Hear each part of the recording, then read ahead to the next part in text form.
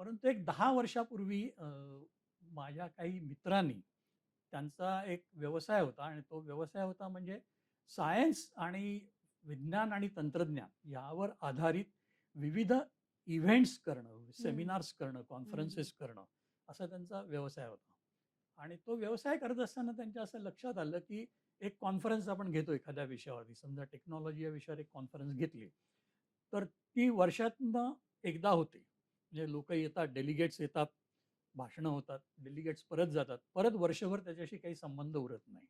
तर त्यांना असं वाटलं, की कुठेतरी ह्या सगळ्या लोकांशी वर्षभर आपला एक संपर्क असला पाहिजे आणि त्याकरता काय करता येईल यावरती जेव्हा विचार केला, तेव्हा असं लक्षात आलं, की ह्या विषयांवरती जर का ज्या विषयांमध्ये त्यांच्या कॉन्फरन्सेस होत्या, त्याच्यावरती जर का आपण काही नियतकालिकं सुरू केली, तर तो कदाचित संपर्क वर्षभर राहील. कारण नियतकालिक साधारण एक महिन्याचं म्हणजे मासिक काढलं, तर बरोबर. महिन्यातनं एकदा त्यांच्याकडे अंक जाईल. अशा ह्यानी एक 2013च्या सुमाराला त्यांचा जो एक मोठा इव्हेंट त्यावेळेला होता, न्यूट्रा इंडिया समिट म्हणून.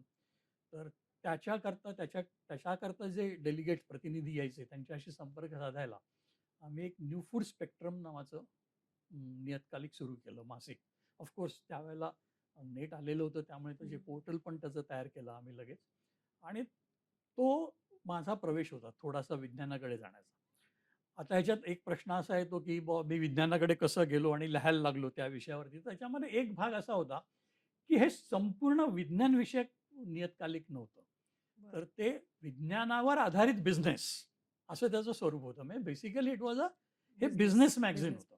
फक्त त्याचा जसं एखाद्याचा ऑटो बिझनेसचं एखादं मॅगझिन असतं, तसं हे सायन्सवर आधारित बिझनेसेसचं आणि त्यामुळे न्यूट्रिसिटिकल्स ही एक नवीन ब्रँच त्यावेळेला नवीन शाखा अ, उदयाला येत होती.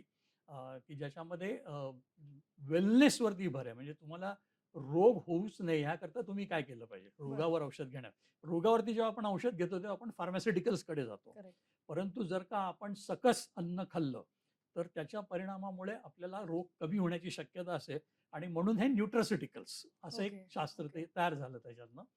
तर ते त्याच्यामध्ये मुख्य होतं. म्हणून आमच्या त्या मॅगझिनचं नाव पण नियतकालिकाचं नाव न्यू फूड स्पेक्ट्रम असं होतं. त्याच्यामध्ये न्यू म्हणजे न्यूट्रास्युटिकल, न्यूट्रिशन.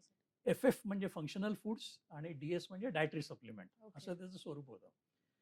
तर ते आम्ही सुरू केलं आणि त्याच्यानंतर 1-2 वर्षांनी एक ऑलरेडी जैवतंत्रज्ञान म्हणजे बायोटेक्नॉलॉजी या विषयावरचं एक नियतकालिक होतं. ते आम्ही आमच्या कंपनीने विकत घेतलं बरं. आणि त्याचंही संपादकत्व माझ्याकडे आलं.